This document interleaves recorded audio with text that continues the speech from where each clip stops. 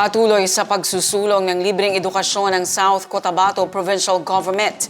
Ayon kay Governor Rinaldo Tamayo Jr., hanggang sa ngayon, hindi na kailangang humihingi sa mga politiko dahil pwede anyang ma-avail ang scholarship sa lalawigan.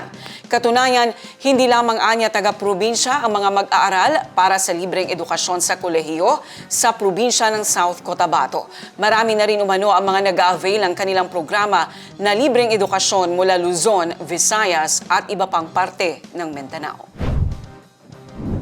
Minsan yung mga corporation, lalo na yung pamilya namin, 10% of our net profit, talaga nilalagay namin dyan to make sure na ma-implement yung free education sa aming probinsya.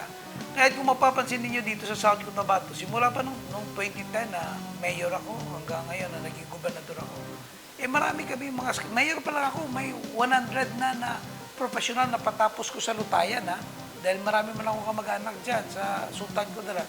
Marami tayong mga scholars coming from Sultan Kudarat, Sarangani, General Santos, Davao. Marami. At may taga Luzon rin na talaga pumunta dahil narinig nila yung statement na nailabas natin sa NAPSI.